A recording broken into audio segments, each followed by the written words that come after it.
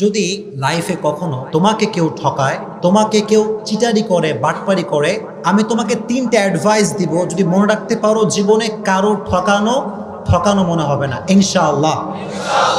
যদি লাইফে একদম আমার চোখে চোখ রাখো যুবকরা, যদি তোমার গার্লফ্রেন্ডও ঠকায়, তোমার বন্ধু ঠকায়, যেই ঠকাক না কেন, 3টা অ্যাডভাইস মনে রাখবা। যদি বলো কয়টা অ্যাডভাইস? নাম্বার 1, কেউ যদি তোমারে কখনো ঠকায়, তুমি আগেই বিশ্বাস করবে আমি ঠকি না, আমি জিতে গেছি আলহামদুলিল্লাহ।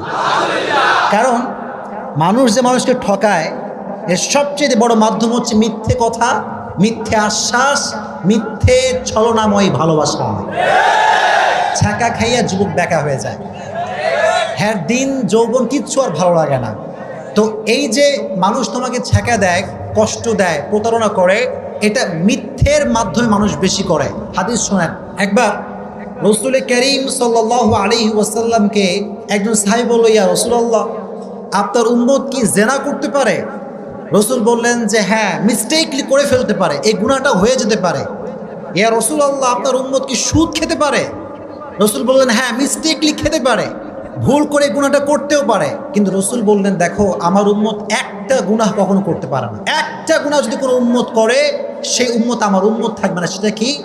যে উম্মত মিথ্যে বলবে, সে উম্মত আমার উম্মত হতে পারে না। ঠিক কিনা বলেন?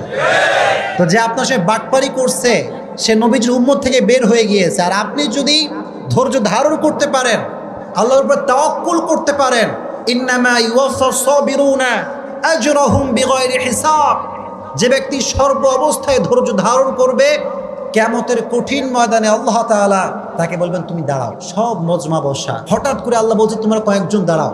তারা ভয় পেয়ে যাবে, আল্লাহ আমাদেরকে সবার মাঝে এক্সেপশনাল কেন তারা করাচ্ছে? আল্লাহ বলবে তোমরা যদি ধৈর্য ধারণ করেছো, আজকে বিনা হিসেবে জান্নাত চলে যাবে। এত আস্তে সুবহানাল্লাহ পড়ে কেন রে? আর একটু জোরে পড়েন সুবহানাল্লাহ। তাহলে কেউ আপনার ঠকাইলে আপনি ঠকছেন না জিতছেন?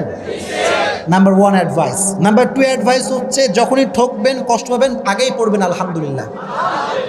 এত আস্তে কেন? জোরে পড়েন আলহামদুলিল্লাহ। কেন আলহামদুলিল্লাহ? শুনে হতাশ হবেন না। এই যে মানুষ আমাদেরকে ঠকায়, একটা উপকার হয় কি জানেন? মানুষ কি চিনতে পারে যে কোনটা ধোঁকাবাজ আর কোনটা ভালো মানুষ। এটা জীবনকে আরো সামনে এগিয়ে দেয়। एंड यू नो, जिंदगी में कभी कभी आगे बढ़ने के लिए एक कदम पीछे भी जाना पड़ता है। জীবনে কখনো কখনো সামনে আগাবার জন্য এক কদম পিছু পা ফেলতে হয়। ঠিক কিনা বলেন? মিজানুর রহমান আজহারি বলেছিল, আধারে ভয় পেও না, আলো আছে আড়ালে, অন্ধকার পালিয়ে যাবে তুমি উঠে দাঁড়ালে। আমিও সেই কণ্ঠে কণ্ঠ মিলিয়ে বলতে চাই, যুবক, ছ্যাঁকা খেয়ে বেকা হয়ে যাও না, শক্ত হয়ে দাঁড়াও, শপথ গ্রহণ করো, ইস্টাবলিশ হয়ে দেখাও।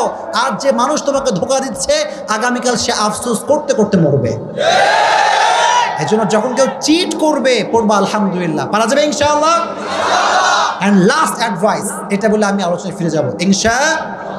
যদি কখনো তোমাকে কেউ ঠকায়, মনে রাখবা যে মানুষকে ঠকায়, সে তার লাইফে সুখ খুঁজে পায় না। ঠিক না? অনেকে বলে হুজুর, যে ঠকায় সে খুব ভালো থাকে, হুজুর বিন্দাস ঘুরে বেড়াচ্ছে, কোনো টেনশন নাই। আরে ভাই, he has N piece of mind, he has N piece of heart. মানুষকে যখন মানুষ কষ্ট দেয়, আল্লাহ তার মানুষের মনের যে প্রশান্তিটা কেড়ে ফেলে। এই জন্য যে আপনাকে কষ্ট দিচ্ছে, সে আসলে জিতে নাই, সে হেরে গেছে। জিতছে না হারছে? এই জন্য সবসময় যত দুঃখ আসুক, যত